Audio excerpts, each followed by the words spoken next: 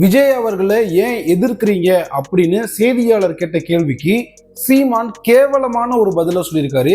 அந்த கேவலமான பதிலும் அதுக்கு பின்னாடி இருக்கக்கூடிய அரசியல் என்ன அப்படின்றதையுமே இன்னைக்கு வீடியோவில் நம்ம தெளிவா பார்க்க போறோம். நீங்க பார்த்துட்டு இருக்கிறது இன்ஃபோ வித் சூர்யா. தமிழ்நாட்டின் வெற்றிக்காக புதியதோ ஒரு விதியொன்றை புதுமையாய் நாம் செய்வோம். சீமான் அவர்களை பத்தி கடந்த 4-5 காணொலியில நான் தெளிவா சில விஷயங்களை சொல்லியிருந்தேன். நான் மட்டும் இல்லாம நிறைய யூடியூபர்ஸ் அவருடைய உண்மையான முகம் என்ன அப்படின்றதையுமே தெளிவா வெளிப்படுத்தியிருந்தாங்க. ஸோ சமீப காலமாகவே விஜய் அவர்களை எதிர்க்கிறதையே தன்னுடைய அஜெண்டாவா வச்சுக்கிட்டு, தனக்கு கொடுக்கப்பட்ட அசைன்மெண்ட்டை வச்சுக்கிட்டு சீமான் அவர்கள் களம் இறங்கிட்டு இருக்காரு.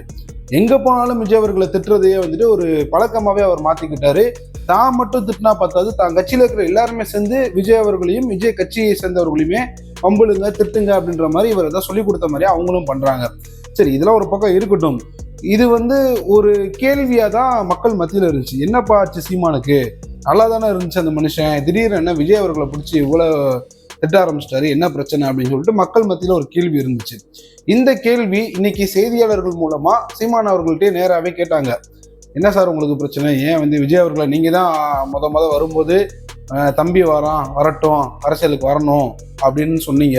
இப்போ என்னடானா இதுக்கு வந்த உன்னை யார் கூப்பிட்டா அப்படின்னு சொல்லிட்டு நீங்களே விமர்சனம் பண்ண ஆரம்பிக்கிறீங்க, என்னதான் பிரச்சனை அப்படின்னு கேட்டாங்க.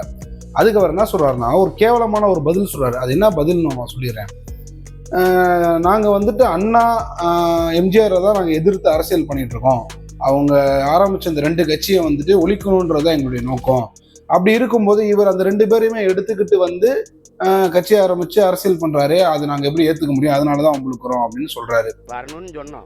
நீ வரும்போது பெரியாரு அண்ணா எம்ஜிஆர் எல்லாம் தூக்கிட்டு வருவாங்க. கண்டா திமுக யாரு? அண்ணா தோற்றுவித்தது. அதை ஒழிக்கணும்னு நினைக்கிறோம். திராவிட கட்சி ஊழல்ல ஊறி தெளிச்ச ஒரு கேடுகட்ட ஆட்சி கட்சி, அதை ஒழிக்கணும்னு நினைக்கிறோம்.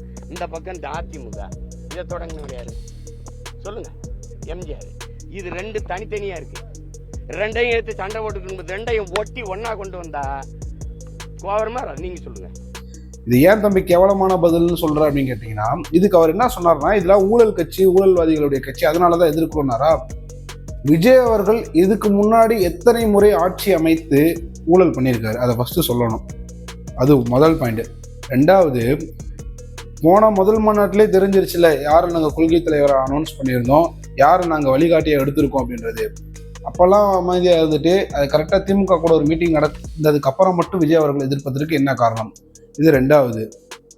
சீமான் அவர்கள் தன்னால் விமர்சனம் பண்ண முடியாது, விஜய் அவர்களை தான் பண்ணுற விமர்சனம் பத்த மாட்டேதுன்னு சொல்லிட்டு கேவலமாக ரஜினி அவர்களையும் அஜித் அவர்களையும் அவருடைய ரசிகரை தூண்டுற மாதிரி சில விமர்சனங்களை வச்சிங்களே, இது எந்த மாதிரியான வகை? இது நீங்கள் அந்த கொள்கைக்காக சண்டை போட்டது தான் இது லிஸ்ட்டில் வருதா அப்படின்றத யோசிச்சு பாருங்க. 4வது, இன்னொரு முக்கியமான விஷயம், விஜய் அவர்கள் ஆட்சிக்கு வர்றது யாரை எதிர்த்து வர்றாரு, யாருக்கு அகேன்ஸ்ட்? அது தன்னுடைய டைரக்டா எதிரியா யாரை அனௌன்ஸ் பண்ணிக்கிறாருன்னா டிஎம்கேவை. ஸோ டிஎம்கே எதிர்த்து அடிக்கணுன்றவர் எப்படி அவங்களுடைய அஜெண்டா மாதிரி அவங்க பண்ண மாதிரி இவர் எப்படி பண்ணுவார் நீங்க நம்புறீங்க? ஊழலே பண்ணாமல் இருந்தால் மட்டும்தான் கூட்டணி, ஊழல் பண்ண எந்த கட்சி கூட கூட்டணி இல்லைன்றதை தெளிவாக ஸ்ட்ராங்காக அனௌன்ஸ் பண்ணிட்டாரு நம்மளுடைய தலைவர் விஜய் அவர்கள். அப்படி இருக்கும்போது சீமான் அவர்களுக்கு என்ன பிரச்சனை? ஏன் நீங்கள் ஆக்சுவலாக நான் ஓப்பனாக ஒரு விஷயத்த சொல்லிடுறேங்க. என்ன மேட்டர்னா, சீமான் அவர்களுடைய மைண்ட் செட் என்னன்னா, நான் ஒருத்தனா எதிரியா அனௌன்ஸ் பண்ணிட்டு எதிர்க்க ஆரம்பிச்சோன்னா அவன் பேரை வச்சுட்டு எவனும் கட்சி ஆரம்பிக்க கூடாதுன்னு நினைச்சிட்டு இருக்காரா என்னன்னு தெரியல. அப்படிதான் அவர் நினைக்கிறாரு. இவர் சொல்றவர் தான் தமிழர், இவர் சொல்றவர் தான் தெலுங்கு, இவன் சொல்றவர் தான் அரசியல் கட்சி ஆரம்பிக்கணும், இவங்க சொல்றவங்க மட்டும்தான் மக்களுக்கு நல்லவங்க, இவர் சொல்றவர் மட்டும்தான் முதலமைச்சர் ஆகணுன்ற மைண்ட் செட்ல இவர் பேசிட்டு இருக்காரா, இல்லாட்டி வேற எதுவும் மனநல பாதிக்கப்பட்டுருச்சா அப்படின்றது எனக்கு சரியா தெரியல. பத்திரிகையாளர் சந்திப்பில் எனக்கு நல்ல ஒரு விஷயம் புரிஞ்சிச்சு. சீமான் அவர்கள் தன்னுடைய அந்த இயலாமையை அவர் வெளிப்படுத்தினார் அப்படின்றத என்னால் புரிஞ்சுக்க முடிஞ்சுச்சு. விஜய் அவர்கள் வந்துட்டார், இனி நம்ம கட்சி காலி, அவ்வளோதான், நமக்கு சாப்டர் க்ளோஸு, இதுக்கப்புறம் நம்ம என்ன பண்ணாலும் ஒன்றுமே பண்ண முடியாது அப்படின்றத அவர் நல்லா புரிஞ்சுக்கிட்டனால தான் விஜய் அவர்கள் இந்த அளவுக்கு தரக்குறைவா இவ்வளவு தரமட்டத்தில் இறங்கி விமர்சனம் பண்ணிக்கிட்டு இருக்காரு சீமான் அவர்கள். இன்னொன்று நான் கேட்குறேன் மக்கள்கிட்ட, உங்களுடைய நோக்கம் என்ன? சீமானுடைய நோக்கம் என்ன? இங்க இருக்கக்கூடிய 2 கட்சிகள் மாறி ஆட்சி பண்ண 2 கட்சிகள் ஊழல் பண்ணிடுச்சு, இவங்களை அகற்றிட்டு புதுசா ஒரு ஆள் வேணும், ஒன்று நான் வரணும், இல்லாட்டி இன்னொரு தமிழ் மகன் வேணும் அப்படின்னு தானே நீங்க நினைக்கிறீங்க. தமிழ் மகன்றதை விடுங்க, இவங்க 2 பேரை தாண்டி இன்னொருத்தவங்க வந்து அவங்க எப்படி ஆட்சி பண்றாங்கன்றத பார்க்கணுன்றது தானே எல்லாருடைய எண்ணம். அப்படி இருக்கும்போது நீங்க யாரை விமர்சனம் பண்ண ஆரம்பிச்சிருக்கணும்? திமுகவை. ஆனால் கடந்த சில ஒரு 2 வாரங்களாகவே திமுக பற்றி சீமான் வந்து விமர்சனமே பண்ணவே இல்லை. எந்த ஒரு விமர்சனமும் பண்ண மாட்டாரு. இந்த 30 விழான்னு ஒன்று நடத்தி காமெடி பண்ணாங்கல்ல திமுக நேற்று, அதை பற்றி வாயை திறக்கிறாரா? திறக்க மாட்டார். ஏன் அப்படின்னா பேமெண்ட் வாங்கிட்டாரு. இங்கே விஜய் அவர்களை ஒம்பளுக்கணும், விஜய் அவர்களை திட்டணுன்றதான் நோக்கம்.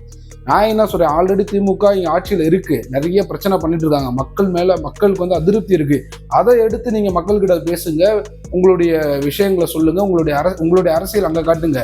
அவர்களை அகற்றிட்டு நீங்கள் ஆட்சிக்கு வர்றதுக்கான எல்லா முயற்சியும் பண்ணுங்கள், அது தப்பு கிடையாது. ஆனால் சம்மந்தமே இல்லாமல் நேற்று கட்சி ஆரம்பித்து இன்றைக்கி நாங்கள் வளர்ந்துக்கிட்டு இருக்கக்கூடிய எங்களை மாதிரியான தாவேக்காவை வந்துட்டு நீங்கள் வம்புழுக்கிறது வந்துட்டு எந்த வகையில் நியாயம்? வம்புழுக்க திருப்பி அடி உழுகுது உங்களுக்கு, அது வேறு விஷயம். இன்னும் உங்களுடைய இமேஜ் டேமேஜ் ஆகிட்டு தானே இருக்குது. தேவையில்லாத வேலையை பார்த்துட்டு இருக்காரு சீமான் அவர்கள் அப்படின்றது என்னுடைய கருத்து. உங்களுடைய கருத்து என்ன அப்படின்றத மறக்காம கமெண்ட்ல சொல்லுங்க. நன்றி.